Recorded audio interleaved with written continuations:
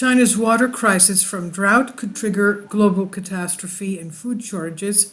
A couple of videos back, you'll see that China has now launched giant cloud seeding programs because they want to bring on the rain by geoengineering. China's water crisis is nothing new, but it's gotten worse. It's now on the brink of catastrophe, and it could trigger a global catastrophe. This is according to Foreign Affairs of China, and it's on Zero Hedge. Given the country's overriding importance to the global economy, potential water-driven disruptions begin in China would rapidly reverberate through food, energy, and material markets around the world, creating economic, political turbulence for years to come, according to Foreign Affairs statements and reports. For starters, there's no substitute for water, obviously, which is essential for food production and electricity generation and sustaining all life on Earth. In China, which consumes 10 billion barrels of water daily, that's approximately 700 times its daily oil consumption. Decades of economic and population growth have pushed northern China's water system to unsustainable levels. And according to the report, per capita water supply around North China Plain at the end of 2020 was nearly 50% below the UN definition of acute weather scarcity at 253 cubic meters. Other major cities, including Beijing, Shanghai, Tianjin, are at similar low levels or even lower. For comparison, Egypt had per capita freshwater resource 570 cubic meters and has nowhere near as large of a manufacturing base as China. Now, this water is not fit, whatever water they have is not fit for human consumption.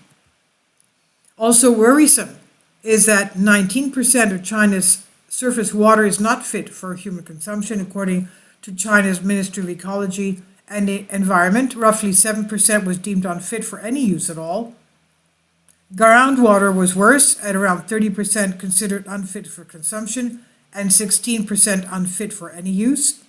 In order to utilize this water, Beijing will need to make major investments to water treatment infrastructure, which will require significant increase in electricity usage in order to power this equipment. Working against progress is China's farming and industrial industries. They dump contaminants into the country's groundwater, potentially setting the stage for decades of additional impairments. Now we know also China is the #1 world polluter. Now, data from the UN Food and Agriculture Organization indicate that China uses nearly 2.5 times as much fertilizer and 4 times as much pesticide as the US does, despite having 25% less arable land. For decades, Beijing has generally chosen to conceal the full extent of China's environmental problems to limit potential public backlash and to avoid questions about the competence and capacity of the Chinese Communist Party. Of course, there is no transparency there, suggesting that an escalation to acute water distress could be far closer than most outside observers realize, increasing the chances that the world will be ill-prepared for such a calamity, according to Foreign Affairs. The core problem is the overpumping of aquifers under the northern China Plain, which, according to NASA GRACE satellites, are more overdrawn than those of the Ogallala aquifer under the Great Plains in the US, which is one of the world's most imperiled sources of agricultural water. In some instances, groundwater levels have gotten so low that groundwater aquifers have collapsed, triggering a phenomenon called land subsidence, which can cause the ground to cave in over the large areas, in some cases rendering the aquifer unusable in the future. In 2003, Beijing launched a $60 billion south to north water transfer project to use waters from the Yangtze River to replenish the north. We know that with this drought, the Yangtze River is also dried up.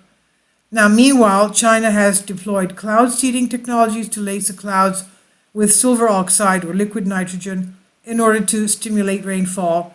It's also relocating heavy industries away from dry regions. In April 2022, Vice Minister of Water Resources Wei Shansong estimated that China could end up spending $100 billion annually on water-related projects. The result of worsening drought will, of course, mean less food. 60% of China's wheat, 45% of its corn, 35% of its cotton, and 64% of its peanuts come from at-risk North China Plain, where in the example of wheat, their annual production of more than 80 million tons is on par with Russia's annual output, while their 125 million tons of corn is nearly 3 times Ukraine's pre-war production.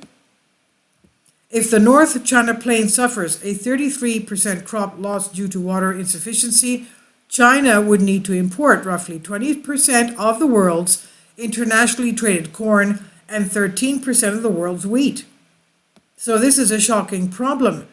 China's water woes go beyond agriculture, with around 90% of the country's electrical grid reliant on extensive water resources, particularly hydro, coal, and even nuclear generation, which needs large and steady water supplies for steam condensers and to cool the reactors of nuclear plants, and used fuel rods.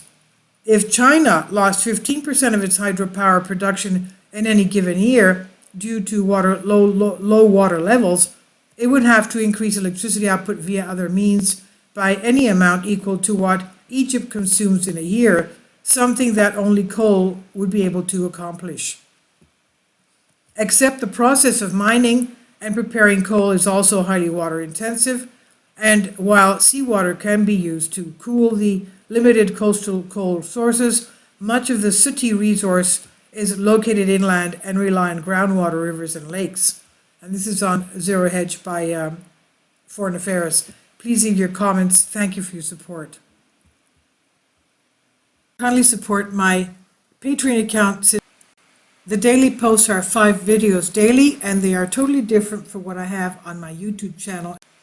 Thank you so much for your support and that you find all my content so interesting. You'll find the Patreon account details in the description box below.